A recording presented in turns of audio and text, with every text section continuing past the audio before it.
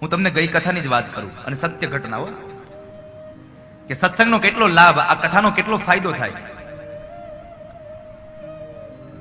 એક યુવાન પતિ પત્ની હતા. આ 3 ભાઈઓ, ત્રણેય અલગ અલગ રહી. એના મા બાપે 3 ભાઈઓથી અલગ રહી. અમારી જિંદગીમાં બીજો દાખલો બન્યો આવો સાહેબ. એક પેલા બેરડી મુકામે રૈયાણી પરિવારની કથા હતી ત્યારે પણ આવો પ્રસંગ બન્યો, અને આજે મારી સુરતની કથા પૂરી થઈ એટલે ગઈકાલે પણ આ પ્રસંગ બન્યો. એક કે એ પરિવાર 3 ભાઈઓ અલગ રહે, એના મા બાપ અલગ રહે. પણ કથા સાંભળીને સૌથી નાનો ભાઈ, એને એટલું આમ કથાનું લાગી આવ્યું. એ માણસ કથાના ચોથા દિવસે એની પત્નીને લઈને મારા ઉતારે આવ્યો. દાદા, બોલો ને ભાઈ, અમે 3 ભાઈઓ છીએ.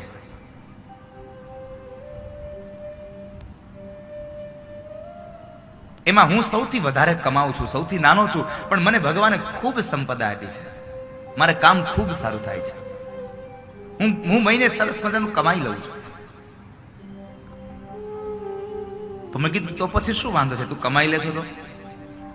મને બીજો કઈ વાંધો નથી, પણ એ માણસ એમ કહે છે કે દાદા, મારા 2 મોટા ભાઈઓ છે ને એની પરિસ્થિતિ બહુ ખરાબ છે. મારા મોટા ભાઈ છે એને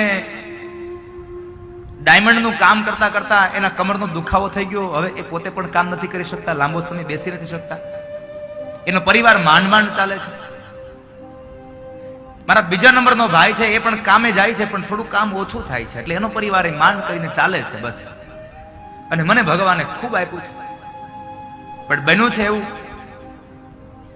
કે મારા પત્ની છે એ મારા પત્ની જરાક બધા લોકોની સાથે રહેવાની ના પાડે છે. મારા મા બાપે નોખા રહી છે,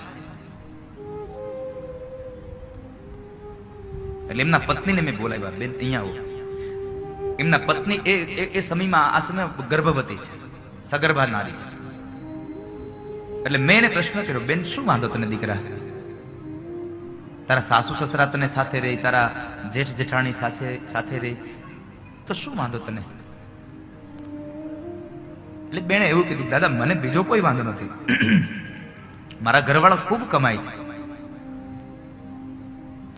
પણ સ્વભાવથી માણસો નથી મેચ થતા.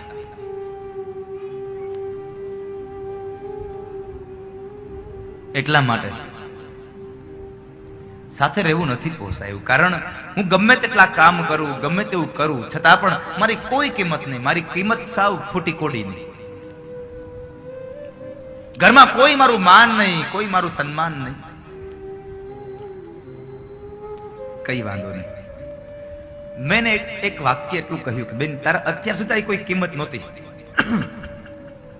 તારા પરિવારમાં કદાચ તારા સભ્યો તારી કિંમત ન કરે, કઈ વાંધો નહીં,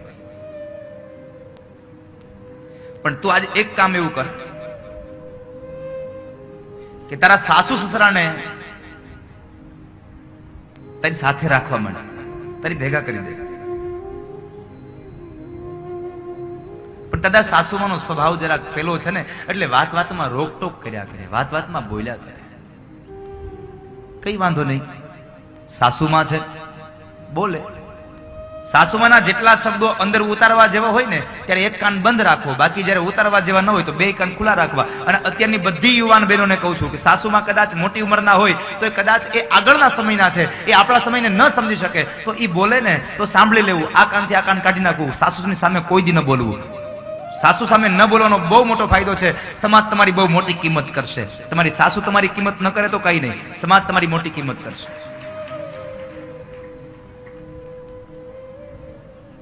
કારણ કે પેલાના રૂઢિ પ્રમાણેના માણસો હોય તો છરા એ આપણા સમયને ન સ્વીકારી શકે, એક્સેપ્ટ ન કરી શકે, તો કોઈ ચિંતા ન કરવી. પણ સાસુની સાથે ન બોલવું કોઈ દિવસ, એની સામે બોલવું નહીં. પણ આપણે થાય છે એવું, હાહુની સામે બોલવાનું બંધ નથી કરતા, આપણે હાહુની હારે બોલવાનું બંધ કરી દઈએ છીએ. કામ પૂરતું જ વાત કરીએ. તમે એટલી એની સેવા કરો, એટલા એને અનુરૂપ થઈને રહો કે સાસુ તમારી બહાર જાય ને, તમે 2-5 દિવસ તમારા પિયરમાં મળવા જાઓ ને, તો સાસુ તમને ફોન કર્યું છે, દીકરી તું આવતી રહે, અહીંયા મને ગમતું જ નથી અહીંયા તારા વગરનું. આવું જીવન તમારું હશે ને તો સમાજ તમારી નોંધ લેશે સાહેબ. પણ થાય છે એવું, મને સાસુથી કહેવાય જ કેમ? અત્યારના આપણા ભણેલા ગણેલા બધી યુવાન દીકરીઓ થઈ ગઈ ને, એટલે એ સહન ન કરી શકે. મને કહેવાય જ કેમ? અરે સાસુ છે, બોલી જાય તો બોલી જાય, બે આ કાન થી આ કાન. એટલે મેં એટલી વાત સમજાય કે દીકરા, તારો આજ સમય છે તારા સાસુ અને સસરાને ભેગા રાખવાનો. કાલ સવારે કદાચ તારે ત્યાં દીકરો થશે, મોટો થશે, તમારા બે માણસની વૃદ્ધાવસ્થા આવશે અને તમારો દીકરો અને તમારી દીકરાની પત્ની બે અલગ થઈ જશે, તમને સાચવશે નહીં અને તમે બે એકલા રહેતા હશો, તો તમને કેટલી આમ કેટલી વેદનાઓ હશે. દાદા સાચી વાત છે. તો મેં કીધું આ તમારા મા બાપને વેદના નહીં હોય? અને એ જ સમયે દીકરીની આંખમાંથી અશ્રુ પડ્યા. મારા ઉતાર્યો, દીકરીની આંખ અશ્રુથી ભરાઈ ગઈ અને એ જ સમયે એના પતિને કીધું કે આ શાંતિથી બાપુજીને બાને આપણી ઘરે લઈ આવો. હવે મારા સાસુ ને સસરા મારી ભેગા રહેશે, એ અલગ નહીં રહે.